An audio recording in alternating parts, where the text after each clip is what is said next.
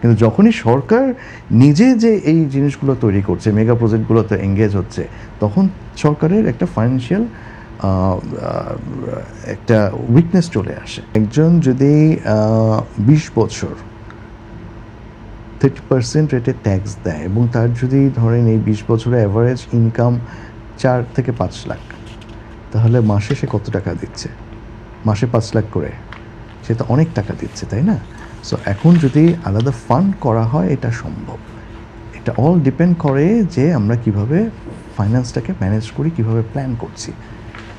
যেমন বাইরে আমরা যখন ডেভেলপ কান্ট্রির কথা বলি, ডেভেলপ কান্ট্রিতে হয়তো 45% 47% ট্যাক্স, এর মধ্যে অ্যাটলিস্ট 12 to 15% ট্যাক্স নেওয়াই হয় হচ্ছে তাকে ফিউচার সাপোর্ট দেওয়ার জন্য। বসুন্ধরা ডায়াপেন্ট এখন আরও উন্নত। এই হট এয়ার থ্রো টপশিট দ্রুত শোষণ করে সোনামণিকে দেয় কোমল অনুভূতি। এবং সেখানে কিন্তু যেমন একজন, আপনি যদি আমেরিকায় দেখেন যে একজন ট্যাক্স পেয়ার যখন রিটায়ার করছে, সে $1,000 থেকে $2,000 মাসে পাচ্ছে।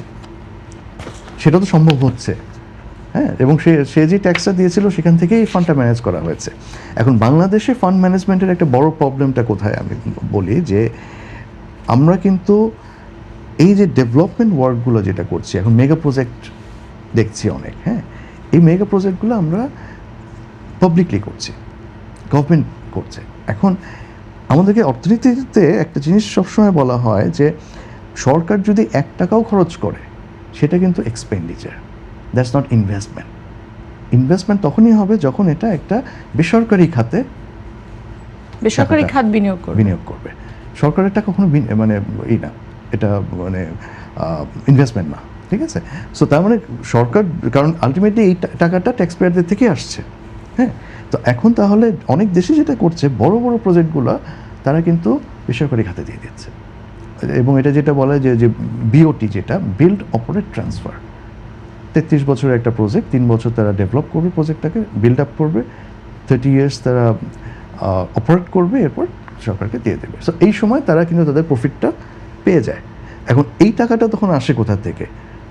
মানুষ তার টাকা ওখানে বিনিয়োগ করে, রাইট? এবং সেখান থেকে সে রিটার্ন পাচ্ছে। তখন কিন্তু সরকারের খরচটা অনেক কমে যাচ্ছে, হ্যাঁ। তো সরকারের খরচ যখন ওখানে অনেক কমে যাচ্ছে, তখন কিন্তু অনেক কিছুই সম্ভব হয়, নাগরিক সুবিধা নিশ্চিত করা। কিন্তু যখনই সরকার নিজে যে এই জিনিসগুলো তৈরি করছে, মেগা প্রজেক্টগুলোতে এঙ্গেজ হচ্ছে, তখন সরকারের একটা ফাইন্যান্সিয়াল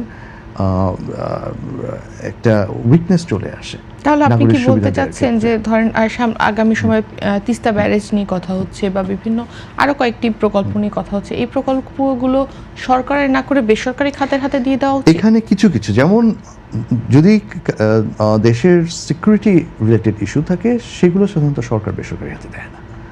কিন্তু যেমন আমরা হয়তো একটা পোর্ট বানাচ্ছি বা একটা হাইওয়ে করছি, এগুলো কিন্তু অনেক দেশে এখন বেসরকারি খাতে দিয়ে দিচ্ছে। ওই জায়গাটাতে সরকার নিজে এঙ্গেজ হয় না, হ্যাঁ। সো বাট তিস্তা ব্যারেজ যেটা বলছেন, আমি স্পেসিফিক বলবো না, বাট আমি শুধু এটুকু বলবো যে যদি কোনো infrastructure is related to safety security issue, সেই ক্ষেত্রে সরকার সেটা নিজের হাতে রাখে।